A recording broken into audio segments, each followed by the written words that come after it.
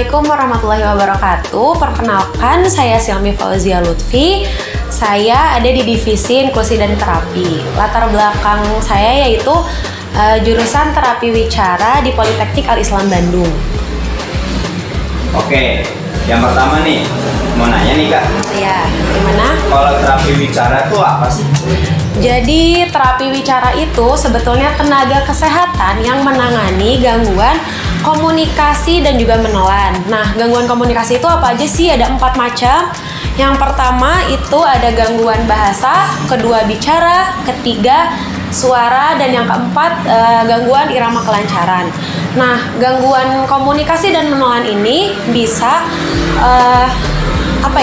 bisa terjadi pada dewasa dan juga anak. Kayak gitu, Kak. Oke, ada pertanyaan selanjutnya nih Kak. Gimana? Yang kedua tuh ciri-ciri anak mengidap itu apa? Nah, untuk ciri-ciri anak-anak yang memiliki gangguan komunikasi ataupun menelan itu kompleks banyak banget. Mungkin kalau untuk di Hayat sendiri yang selama ini saya lihat diantaranya mungkin seperti anak-anak yang memiliki gangguan autis, ADHD, juga speech delay. Nah, apa sih ciri-cirinya? Mungkin kalau dari speech delay, ciri-cirinya anak-anak itu secara komunikasinya terganggu. Gimana sih contohnya? Misalnya secara artikulasi, secara bicaranya tuh gak jelas banget gitu, misalnya kalau yang speech delay.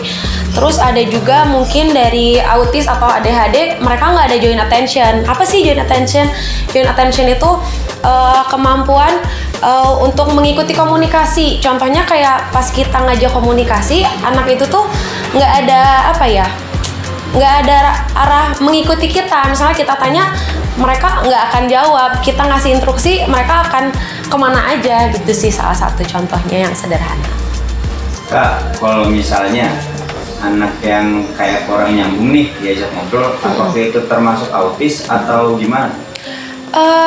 Bisa jadi, cuman untuk mendiagnosis sendiri, kayak misalnya entah itu autis atau ADHD, kita perlu asesmen lanjutan. Jadi nanti ada tesnya juga, apakah memang masalahnya ini nanti ke diagnosis autis atau memang hanya ada masalah di gangguan bahasa reseptifnya aja. Kayak speech delay juga bisa masuk ke ranah di saat kita bicara nggak nyambung. Kenapa? Soalnya komunikasi itu nggak cuma dari bicara, tapi dari kemampuan pengertian bahasa juga. Bahasa juga kan ada 2, ada reseptif dan juga ekspresif. Kalau reseptif itu kemampuan pemahaman kita. Kalau misalnya ternyata udah paham, berarti bahasa reseptifnya bagus, nyambung bicaranya. Di saat kalau misalnya ternyata nggak nyambung atau bahkan tidak merespon, nah mungkin ada masalah di bahasa reseptifnya gitu, Kak.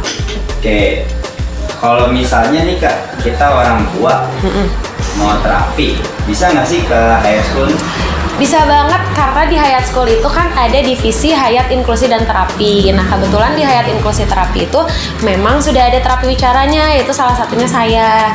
Nah, untuk di Hayat Inklusi dan Terapi sendiri, untuk melakukan terapi kita untuk awal pasti perlu asesmen dulu. Jadi nanti di awal kita akan melakukan asesmen untuk tahu apa sih gangguan yang terjadi sama anaknya, terus penyebab dari gangguan itu apa, sampai akhirnya nanti kita akan menentukan treatment yang sesuai untuk anak itu apa. Karena untuk treatment sendiri memang kita menyesuaikan dengan gangguan pada anak tersebut gitu.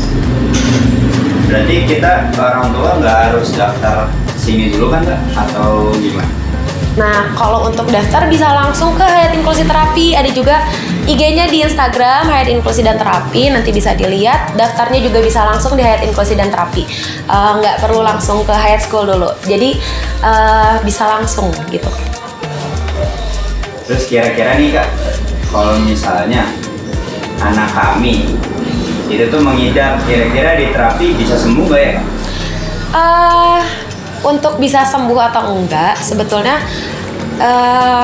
itu menurut saya itu bukan ranahnya saya sih. Lebih kayak ke sembuh atau enggaknya suatu diagnosis itu tergantung pada kerjasama orang tua. Jadi misalnya anak ayah bunda mau diterapi di Hayat Inklusi dan Terapi, ada gangguan komunikasi, gangguan bicara nih.